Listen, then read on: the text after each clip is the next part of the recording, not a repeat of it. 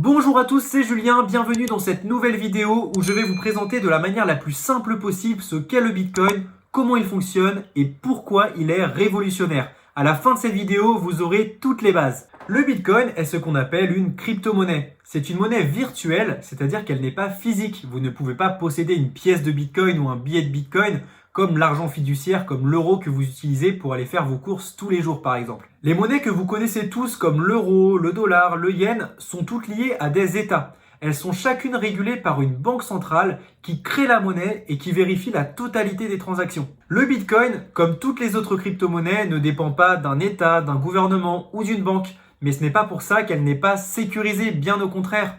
Elle dépend d'un réseau que l'on appelle la blockchain, où tout le monde peut participer pour contrôler les transactions. Aujourd'hui, dans le fonctionnement bancaire classique, c'est la banque qui détient votre argent et qui contrôle toutes les transactions. Si vous voulez par exemple faire un paiement ou envoyer de l'argent à quelqu'un d'autre, la banque va d'abord vérifier que vous avez un compte à votre nom, que vous avez l'argent accessible sur le compte, et que votre destinataire possède bien un compte à son nom également. Et c'est seulement dans ce cas-là qu'elle va réaliser la transaction. Donc l'argent va se déplacer de la banque vers cette même banque ou alors vers une autre banque. C'est donc bien votre banque qui contrôle votre argent. En tout cas, quand vous envoyez un euro, ça se passe comme ça. Donc si jamais la banque veut bloquer votre argent, elle peut théoriquement le faire ou alors en cas de faillite ou de problème avec la banque, vous ne pouvez pas forcément récupérer votre argent. On va reprendre le même exemple, sauf que cette fois-ci, je veux envoyer un Bitcoin. Alors ce n'est pas la banque qui va contrôler la transaction, mais des centaines de milliers d'utilisateurs dans le monde entier grâce à leur ordinateur. Ils vont avoir un logiciel, donc le logiciel Bitcoin, qui va leur permettre tous ensemble de contrôler la transaction que je réalise. Avant de valider la transaction, même principe, ils vont tous vérifier si j'ai bien une adresse Bitcoin, que j'ai bien le solde que je souhaite envoyer et que le destinataire a bien également une adresse Bitcoin. Et une fois que plus de 51%, soit la majorité du réseau, est en accord, ça veut dire ok, on a tous vérifié, c'est bon, c'est safe, on peut y aller. Et la transaction est acceptée. Au lieu que ce soit une seule banque, une seule entité ou une seule personne qui vérifie la transaction, ce sont des millions de personnes, c'est ce qu'on appelle la blockchain, qui vont vérifier la transaction. Et donc c'est pour ça qu'on dit que la crypto-monnaie est décentralisée. Toutes ces personnes qui ont choisi d'utiliser leur ordinateur pour participer à la sécurisation des transactions Bitcoin, on les appelle les mineurs. En récompense de leur travail, donc qui est de participer à la validation des transactions et donc à la sécurisation du réseau, les mineurs vont récupérer une petite commission sur les transactions et puis également une partie des nouveaux bitcoins qui sont créés chaque jour. C'est comme ça que de nouveaux bitcoins arrivent en circulation, c'est au fur et à mesure que des transactions sont effectuées pour récompenser les mineurs. C'est pour ça que vous avez sans doute déjà entendu parler de personnes qui investissent dans des machines à très forte puissance de calcul optimisées pour le minage de Bitcoin afin de récupérer des plus grosses portions. Et donc, ils ne pourraient pas faire ça avec un ordinateur seul. Et il y a même des personnes qui en font une entreprise, qui vont par exemple avoir un entrepôt avec plein de machines de minage pour pouvoir générer encore plus de Bitcoin. Par contre, bien évidemment, c'est un calcul à faire parce que ça peut coûter cher en électricité. Allez, venez avec moi, je vais vous montrer très rapidement un rig de minage que j'ai mis en place l'année dernière. Pour faire simple, les 4 blocs que vous voyez ici, ce sont des cartes graphiques. Elles permettent de fournir la plupart de la puissance de calcul. Vous avez ici un SSD qui contient le logiciel Bitcoin qui permet de démarrer la machine. Ici, une carte mère avec son processeur et sa barrette de RAM. Et enfin, l'alimentation pour faire tourner le tout. Alors n'hésitez pas, si jamais vous voulez plus d'informations sur la technique, comment ça fonctionne en détail, je ferai une autre vidéo, n'hésitez pas à me le spécifier dans les commentaires. Ce qu'il faut comprendre, c'est que toutes les transactions qui ont été réalisées sur le réseau Bitcoin, donc sur la blockchain, sont visibles par n'importe qui. Vous pouvez voir ça comme un livre ou comme un registre dans lequel toutes les transactions sont gravées. Donc ça permet de garder une traçabilité et puis de vérifier toutes les transactions si tout est correct. C'est vraiment un réseau que l'on appelle transparent. Et puis on l'appelle également anonyme parce que vous ne pouvez pas savoir qui a fait la transaction. Vous voyez simplement une adresse d'envoi, une adresse de réception, mais vous ne pouvez pas savoir qui est derrière tout ça. Alors ce côté anonyme, donc le fait qu'on ne puisse pas connaître l'identité de la personne, mais seulement son adresse sur le réseau, ça a fait un petit peu polémique au début du Bitcoin et encore aujourd'hui, certaines personnes disent que ça facilite les réseaux de terrorisme, de trafic, de blanchiment, etc. Mais finalement, on se rend compte que la majorité de ces transactions sont exécutées sur les monnaies fiduciaires, donc tout ce qui est dollar par exemple. Alors vous voyez, finalement, c'était pas si compliqué que ça. En tout cas, j'espère que vous comprenez mieux comment ça fonctionne. Donc pour résumer, le Bitcoin, c'est une monnaie virtuelle, c'est-à-dire qu'il n'y a pas de support physique, vous n'avez pas de pièces ni de billets. Elle est décentralisée parce que ce n'est pas une banque ou une institution, une seule entité qui va vérifier la transaction, mais des milliers d'utilisateurs dans le monde. Ce réseau décentralisé, on l'appelle la blockchain. Il est extrêmement sécurisé étant donné qu'il y a plein d'utilisateurs qui vont vérifier les transactions. Et plus il y aura d'adoption, plus il y aura de mineurs. Et plus il y aura de mineurs, plus le réseau sera sécurisé forcément, parce que ça augmente cet aspect décentralisé.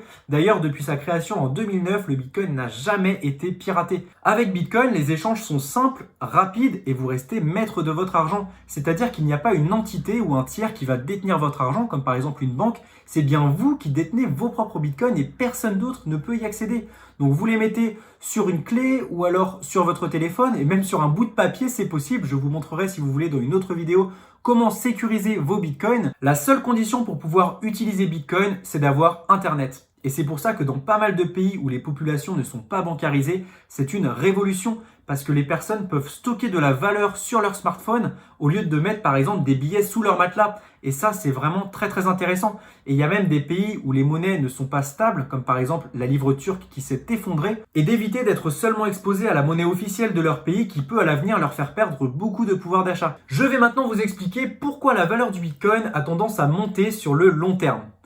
Effectivement, si on regarde l'évolution du prix du Bitcoin, on voit que la tendance est clairement haussière sur le long terme, avec des sommets de plus en plus hauts et des points bas également de plus en plus hauts.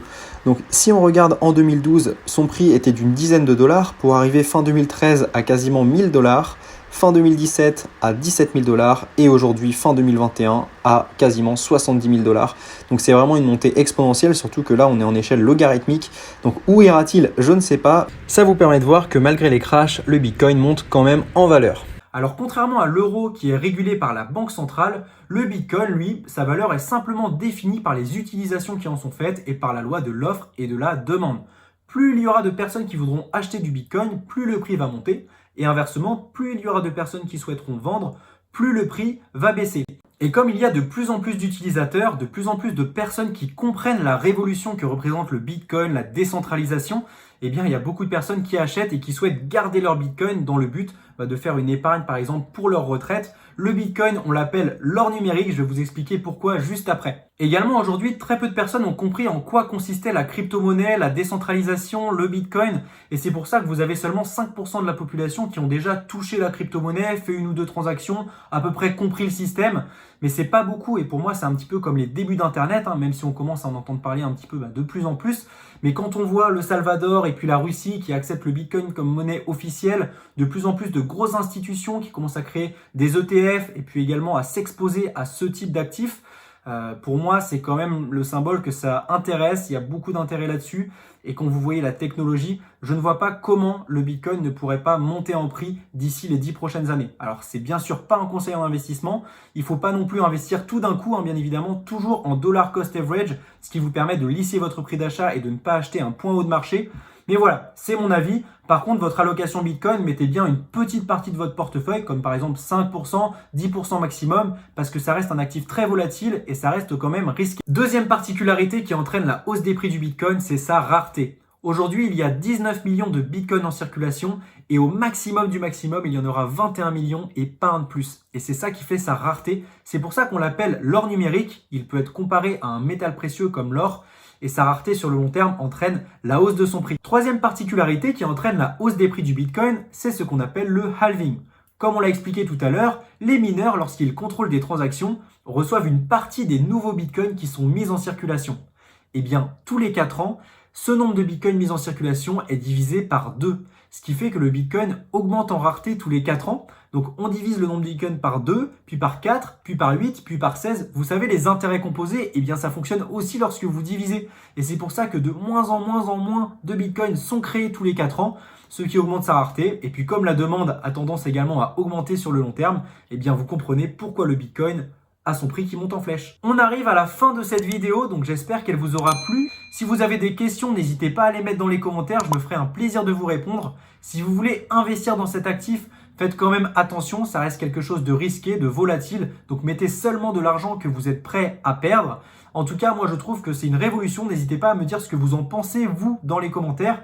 Et puis voilà, n'hésitez pas à liker, à partager cette vidéo si vous pensez qu'elle peut servir à des collègues ou à des copains qui n'ont toujours pas compris ce qu'était le Bitcoin. Voilà, en tout cas, j'espère que ça vous a plu et à bientôt pour une nouvelle vidéo. J'allais oublier, mais pour les débutants, si jamais vous voulez que je vous fasse un tutoriel complet pour savoir comment acheter, comment vendre du Bitcoin, sur quelle plateforme pour avoir le moins de frais possible, n'hésitez pas à me le faire savoir dans les commentaires, ce sera avec plaisir. En tout cas, j'espère que cette vidéo vous aura plu. Ciao!